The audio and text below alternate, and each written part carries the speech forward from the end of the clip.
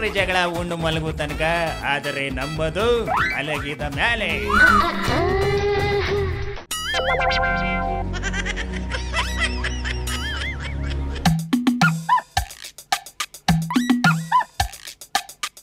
ಅಯ್ಯೋ, ಯಾಕೆ ಈಗ ಬೇಜಾರು ಕೂತಿದ್ದೀರಿ?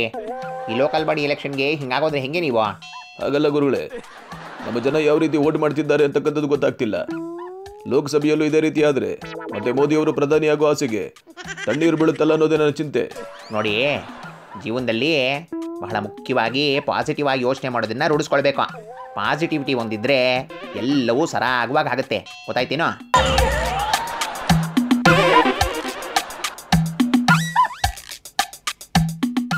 ನಾನು ಹೇಳಿದ್ದನ್ನೆಲ್ಲ ತಗೊಂಡ್ಬಾರ್ದೆ ಇಲ್ಲಿ. ಆಮೇಲೆ ಐತೆ ಅವರಿಗೆ ಅವ್ರ ರೂಮ್ ತುಂಬ ತಿಗ್ನಿ ಔಷಧಿ ಹೊಡೆದಾಕ್ಬಿಡ್ತೀನಿ.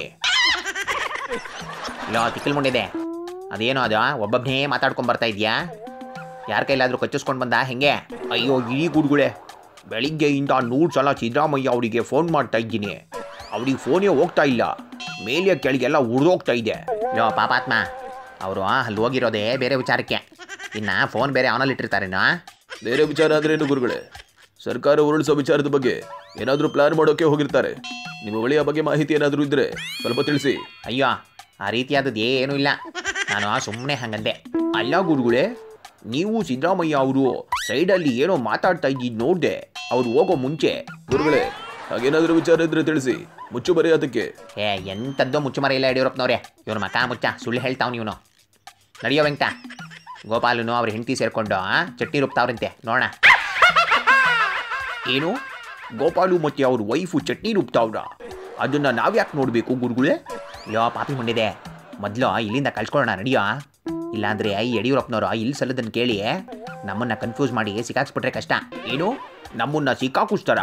ಯಾಕೆ? ಅದು ಯಾರ ಜೊತೆ? ಅಯ್ಯೋ ವಿವೇಕಿ ಮುಂಡಿದೆ, ನೀನು ಇಲ್ಲೇ ಬಿದ್ದು ಸಾಯಿ, ನಾನು ಹೋಗ್ತೀನಿ.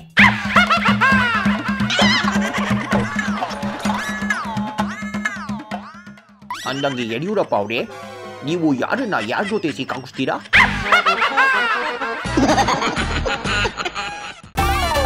ಗಂಡ ಹೆಂಡ್ರಿ ಜಗಳ ಉಂಡು ಮಲಗು ತನಕ, ಆದರೆ ನಂಬದು ಮಲಗಿದ ಮೇಲೆ.